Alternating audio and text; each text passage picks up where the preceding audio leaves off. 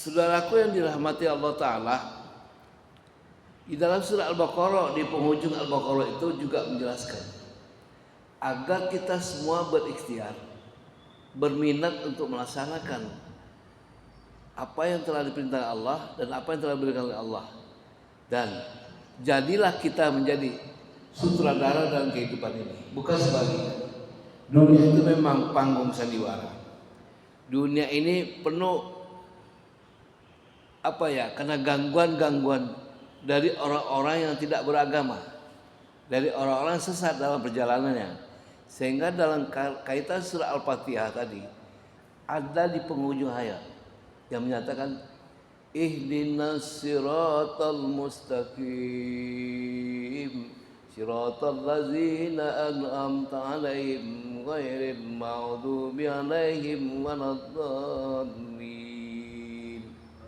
Ya Allah, tunjukilah kami jalan lurus tegak kepadamu, bukan jalan orang-orang yang tersesat. Artinya apa? Sudah jelas-jelas Allah menurunkan kitab suci yang terakhir, Al-Quranul Karim. Tapi mengapa tidak semua umat melaksanakannya? Terutama Yahudi dan Nasrani. Karena dia telah mengingkari ayat-ayat suci Al-Quran itu. Maka itu dijelaskan. Allah menyiksa siapa yang mau dan mengampuni siapa yang mau. Dan sesuatu adalah dari Allah. Allah menguasainya, gitu kan?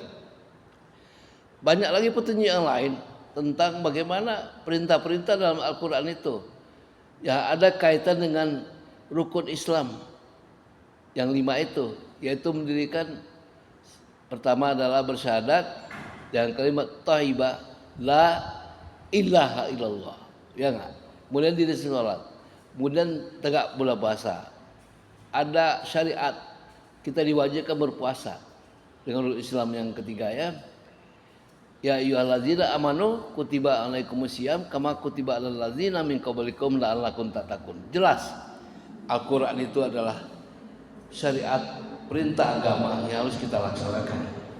Nah, bagaimana mungkin kita bisa laksanakan? Sekarang banyak, coba kita lihat, jujur aja kan.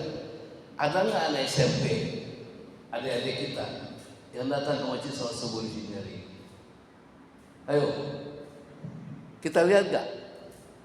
Adakah adik-adik kita, remaja kita, anak SMA yang sholat subuh berjemaah dengan kita? Ada? Ada nggak mahasiswa yang sholat subuh bersama kita hari ini? Ada nggak?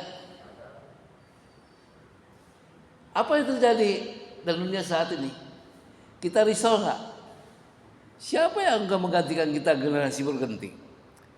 Mereka tidak terpanggil untuk melaksanakan perintah Allah salat. Artinya apa? Berarti para remaja kita belum beriman.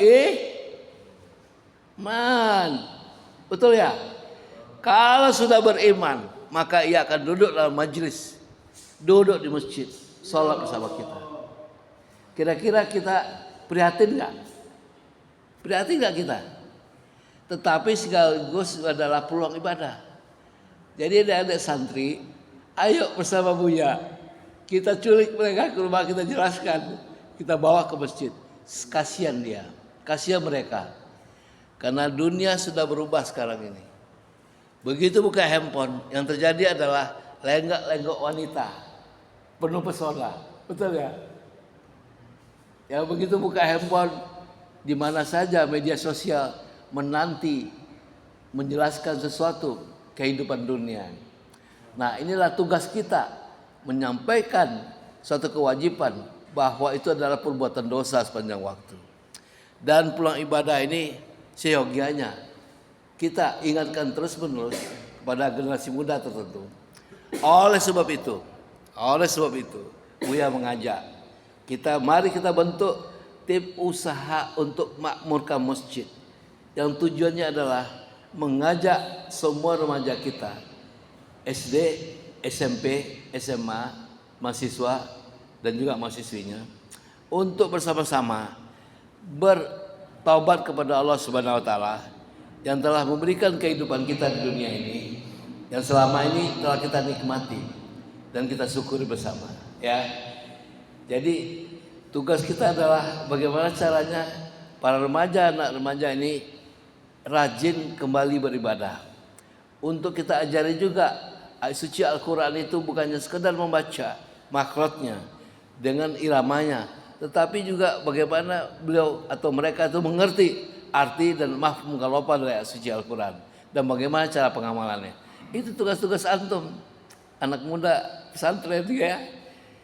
Tugas kita semuanya. Buya pun merasa wajib menyampaikan ini gitu ya.